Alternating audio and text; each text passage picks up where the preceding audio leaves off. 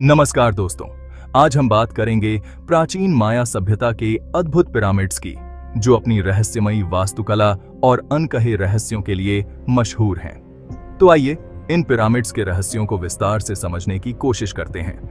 माया सभ्यता, जो करीब 2000 ईसा पूर्व से 16वीं सदी तक मेसो अमेरिका में फैली हुई थी, ये सभ्यता आज के मैक्सिको, ग्वाटेमाला, बेलीज, होंडुरस और एल साल्वाडोर में फैली थी।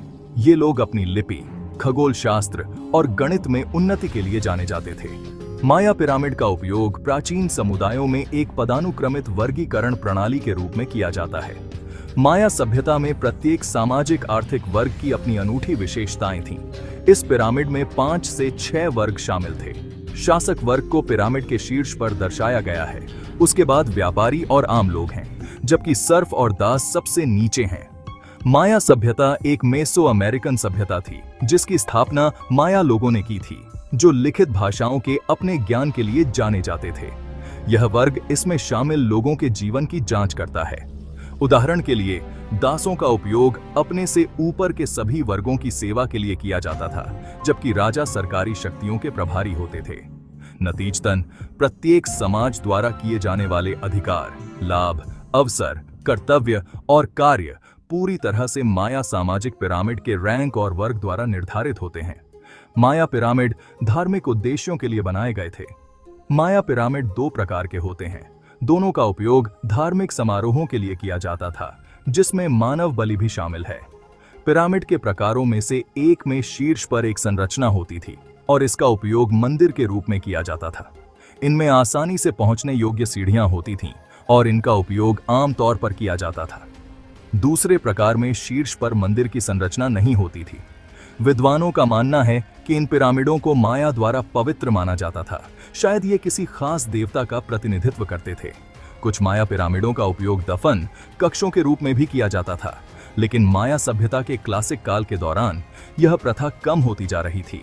इन पिरामिडों का उपयोग लगभग निश्चित रूप से विशिष्ट माया शासकों की शक्ति को दिखाने के लिए स्मारकों के रूप में किया जाता था। पिरामिडों का एक अन्य कार्य उन्हें मील के पत्थर के रूप में उपयोग करना था। पेड़ों से भी ऊंचे इन पिरामिडों को दूर से देखा जा सकता था और नेविगेशन के लिए इस्तेमाल किया जा सकता था। पुरातत्वविद अभी भी ऐसी खोज कर रहे हैं, जो माया पिरामिडों के विशिष्ट उद्देश्यों के बारे में अधिक से अधिक खुलासा कर रही हैं। कई विद्वानों का मानना है कि पिरामिड अपने स्थान के आधार पर कई अलग अलग कार्य करते थे। माया सभ्यता स्वतंत्र शहर राज्यों में विभाजित थी, इसलिए पिरामिडों के कार्य उन्हें बनाने वाले समूह के आधार पर भिन्न हो सकते हैं। माया के पिरामिड्स की वास्तुकला वाकई में चकित कर देने वाली है। इनके निर्माण में इस्तेमाल की गई तकनीकें और इनकी खगोलीय स्थिति वास्तव में अद्वितीय है। माया वास्तुकला को विशाल पिरामिड और विस्तृत महलों के रूप में माना जाता है। हालांकि ये पिरामिड मिस्र में हमारे द्वारा सोचे जाने वाले सामान्य पिरामिडों से अलग दिखते हैं।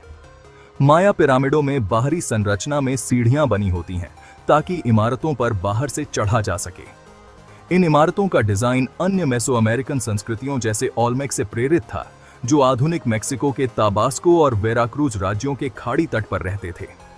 वर्तमान मेक्सिको सिटी से 30 मील दूर स्थित टियोतिहुआकन सभ्यता से भी प्रभाव आया। माया ने अपनी इमारतों और जीवन शैली में अपनी स्थापत्य शैली के तत्वों को शामिल किया। मेसो अमेरिका के विभिन्न क्षेत्रों में पिरामिडों का डिजाइन अलग अलग था, लेकिन पूरे माया सभ्यता में स्थान का डिजाइन एक जैसा ही रहा। इन शानदार संरचनाओं के निर्माणकर्ताओं ने विभिन्न सामग्रियों का उपयोग किया, जैसे कि चूने के मोर्टार से जुड़े पत्थर के ब्लॉक। कुछ पिरामिड प्लास्टर से ढके हुए थे और उन पर पेंटिंग की गई थी। माया ने इन पिरामिडों को कैलेंडर में आवश्यक बिंदुओं जैसे संक्रांति और विषु को ध्यान में रखते हुए बनाया था। इन पिरामिड से जुड़े कई रहस्य आज भी अनसुलझे हैं। ये रहस्य हमें अतीत में झांकने और मायन सभ्यता की गूढ़ता को समझने का अवसर देते हैं। माया के पिरामिड्स का रहस्य सदियों से लोगों को मोहित करता आया है। आज भी इनका अध्ययन जारी है और भविष्य में इनसे जुड़े नए रहस्यों का पता चलने की उम्मीद है। तो दोस्तों, अगर आपको यह वीडियो पसंद आया हो तो वीडियो को लाइक करें और हमारे चैनल को सब्सक्राइब करना न भूलें। धन्यवाद।